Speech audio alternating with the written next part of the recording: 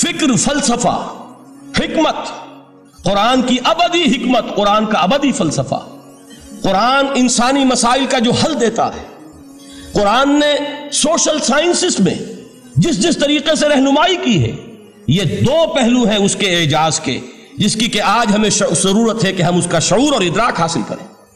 اس کے ضمن میں خاص طور پر علامہ اقبال کا نام لینا چاہتا ہوں۔ میرے نزدیک اس دور میں قرآن مجید کے اس اعجاز اور اس کے ایک معجزہ ہونے کے لیے سب سے بڑی دلیل علامہ اقبال کی شخصیت ہے۔ وجہ کیا ہے کہ علامہ اقبال علماء کے طبقے میں سے نہیں تھے۔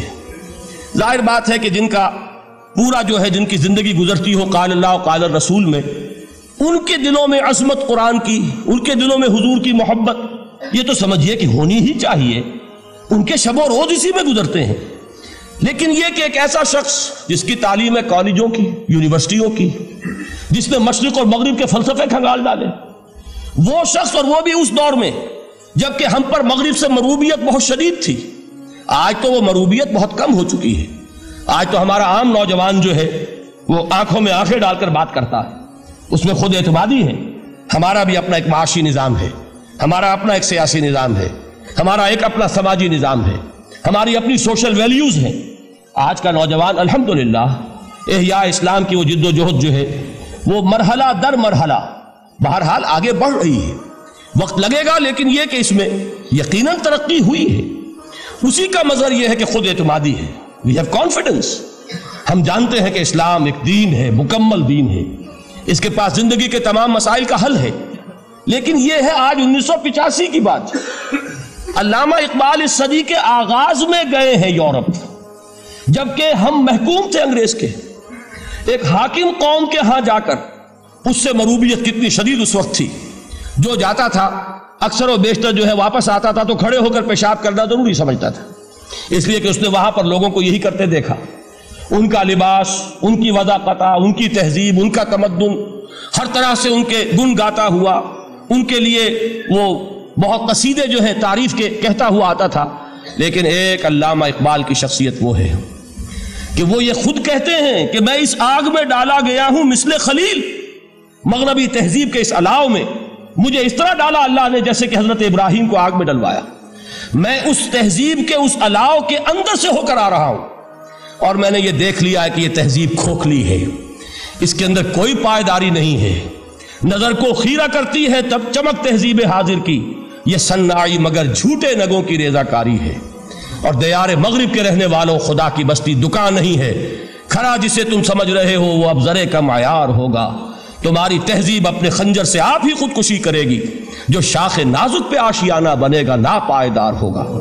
اب آپ اندازہ کیجئے وہ شخص جو بنیادی طور پر فلسفی ہے، فلسفے کا طالب علم ہے، وہ جرمنی اور انگلستان میں جا کر فلسفے کھنگالنے کے بعد اسے اگر تسکین حاصل ہوئی، اس کی جو علم کی پیاس تھی اگر اسے سیری حاصل ہوئی تو صرف قرآن کے ذریعے سے۔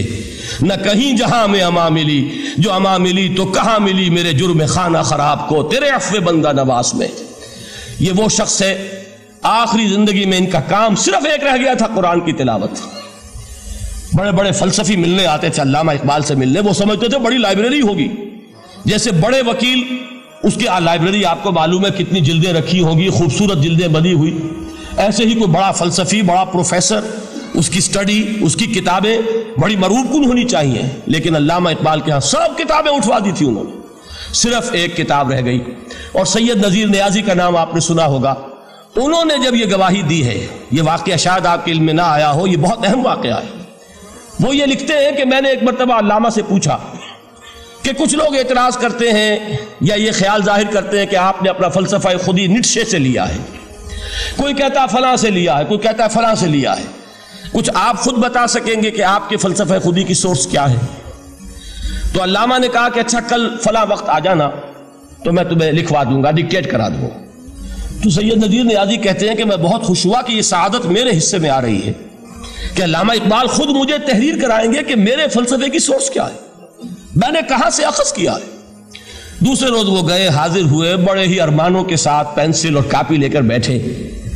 علامہ نے فرمایا ذرا قرآن مجید نکال لاؤ۔ وہ قرآن مجید لائے، حیران ہوئے، یہ فلسفے کا سورس مجھے ڈکٹیٹ کرانے چلے تھے، یہ قرآن مجید کہہ رہے۔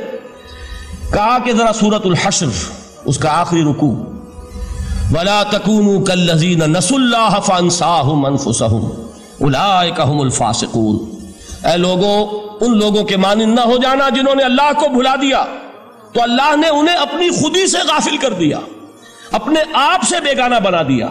یہی ہیں لوگ جو فاسق ہیں۔ علامہ نے کہا میرے فلسفے کی سورس یہ ہے۔